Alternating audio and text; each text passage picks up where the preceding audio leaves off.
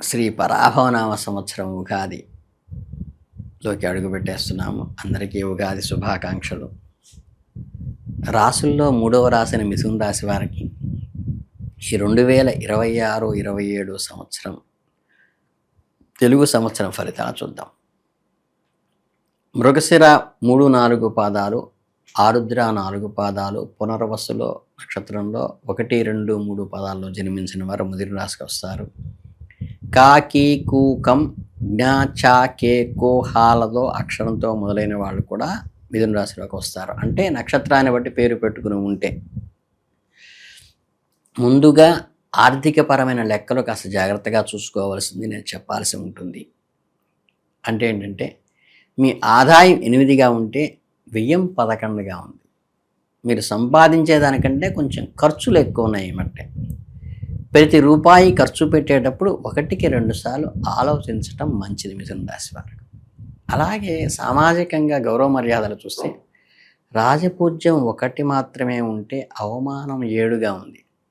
ఇది కాస్త జాగ్రత్తగా మనం మాట్లాడేటప్పుడు ఎదుటివారితో వ్యవహరించేటప్పుడు ఆచితూచి వ్యవహరించవలసిన సూచన చేస్తోంది. ఇక గ్రహగమనాలకు వస్తే బృహస్పతిగా పిలువబడే గురువు జూన్ 1 వరకు మీ జన్మరాశిలో సంచరిస్తారు, శుభం అది. తర్వాత అక్టోబర్ 30 వరకు 2వ ఇంట్లో కుటుంబ స్థానంలో ఉంటారు.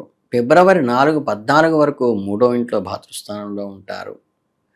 అలాగే శనీశ్వరుడి సంవత్సరం అంతా కూడా 10వ ఇంట్లో ఉండి మంచి ఫలితాలు ఇస్తాడు.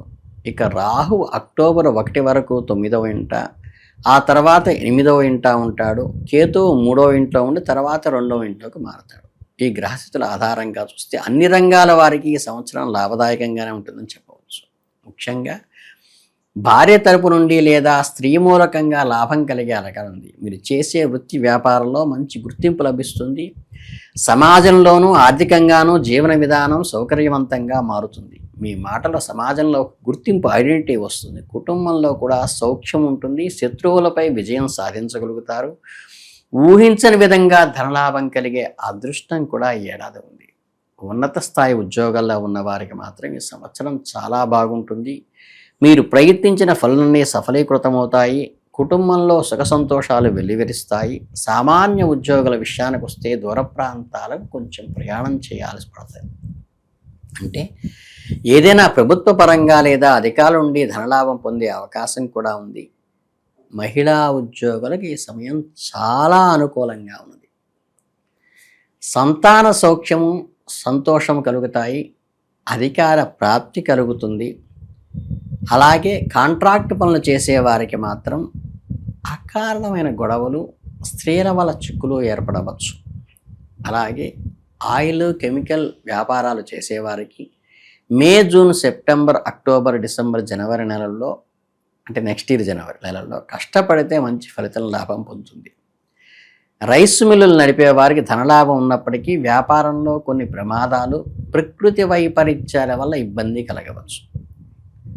ఇక సినీ పరిశ్రమలో, మీడియా రంగంలో ఉన్న వారికి వాహన యోగము, మిత్రుల నుండి ద్రోహము, వృత్తిలో వ్యతిరేకత ఏర్పడే అవకాశం ఉంది. కాబట్టి కొంచెం జాగ్రత్తగా అందరినీ నమ్మబాకండి.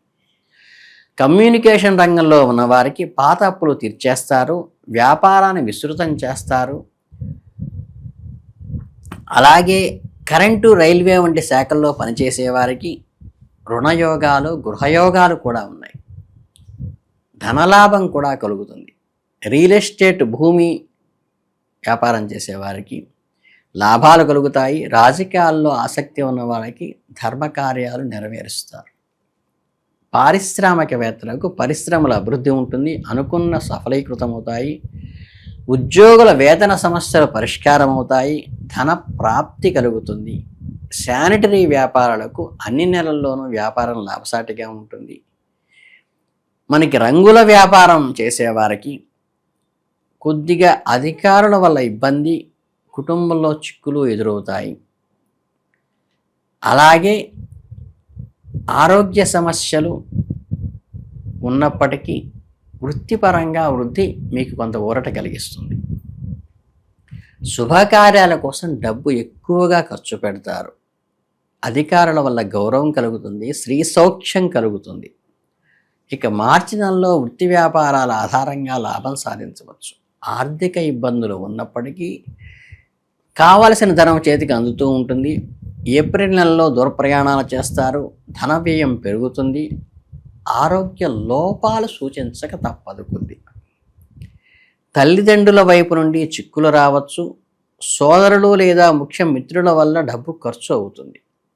మే నెలలో కుటుంబ కలహాలు రావచ్చు, డబ్బు ఆచితూచి ఖర్చు చేయటం మంచిది. దూర ప్రయాణాల వల్ల శ్రమ ఉన్న కొంత ధనప్రాప్తి, గౌరవాలు గెలుపుతాయి. జూన్ నెలలో అనారోగ్యము, కుటుంబ చిక్కులు ఉన్నప్పటికీ వృత్తిలో ధనలాభాలుంటాయి. దూర ప్రయాణాలు, కోర్టు వ్యవహారాల్లో అయితే విజయం సాధిస్తారు. జూలై నెలలో ఆదాయం పెరుగుతుంది, సంఘంలో గౌరవం లభిస్తుంది. భార్య వల్ల చిన్న చిన్న కలహాలు కలగవచ్చు. నరదృష్టి వల్ల, మానసిక ఆందోళన వల్ల ధైర్యం కొద్దిగా కుంగుతుంది. అప్పుల బాధ, మిత్రుల విరోధాలు, వృత్తిలో వ్యతిరేకత వంటి విచిత్రమైన సమస్యలు కూడా ఎదురవుతాయి. ధైర్యంగా ముందుకు అడుగు వేయండి, దేనికి జంకవాకండి. సామాన్య స్థితి ఉంటుంది. తలచిన పనంలో అనేక చిక్కులు, అశాంతికి గురి చేసినప్పటికీ అంతిమంగా విజయం మీదే అవుతుంది. దైవానుగ్రహం ఒక్కటే దీనికి పరిష్కారం. అక్టోబర్ నెలలో ఉద్యోగ వ్యాపారంలో నిరాశ కలగవచ్చు.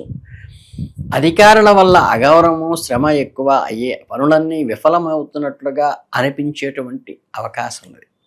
నవంబర్ నెలలో ఆదాయం అనుకూలంగా ఉన్న శత్రు బాధలు, ఖర్చులు పెరుగుతాయి. వృత్తి వ్యాపారాల్లో అనేక చిక్కులు ఎదుర్కొంటారు.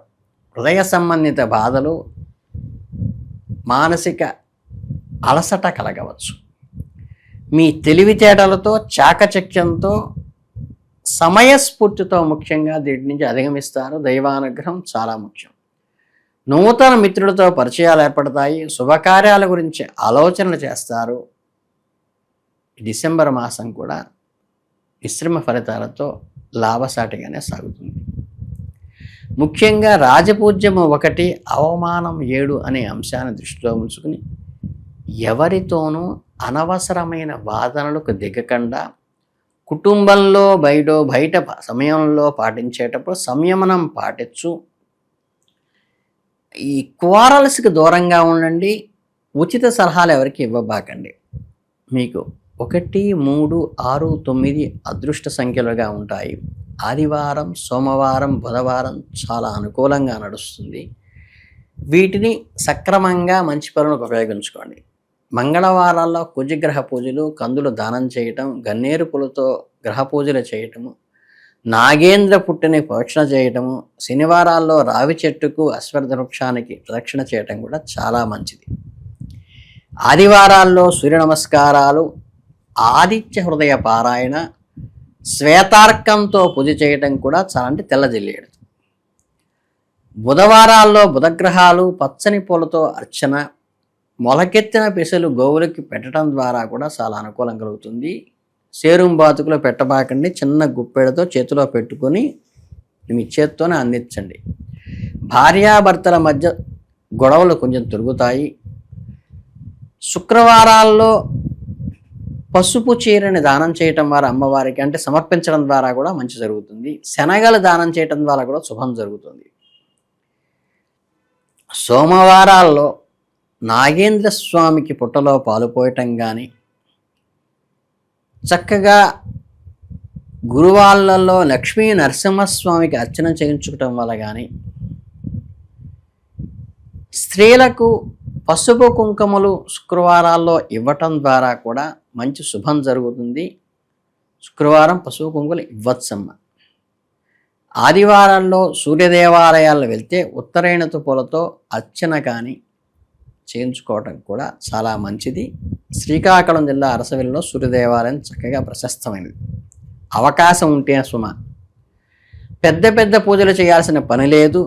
భక్తి శ్రద్ధలతో చిన్న పూజ చేసిన స్వామివారికి మనస్ఫూర్తిగా సర్వస్వ శరణాగతితో, ఆర్తిగా నాకు ఈ కష్టం ఉందయ్యా స్వామి అని భగవంతుడికి మీరు స్వయంగా మీ నిత్యార్చన చేసే స్వామికి చెప్పుకుంటే మీ సమస్యలన్నీ పరిష్కారం అవుతాయి. ఎవరినీ మానవ మాతృలను ఆశ్రయించాల్సిన పని లేదు.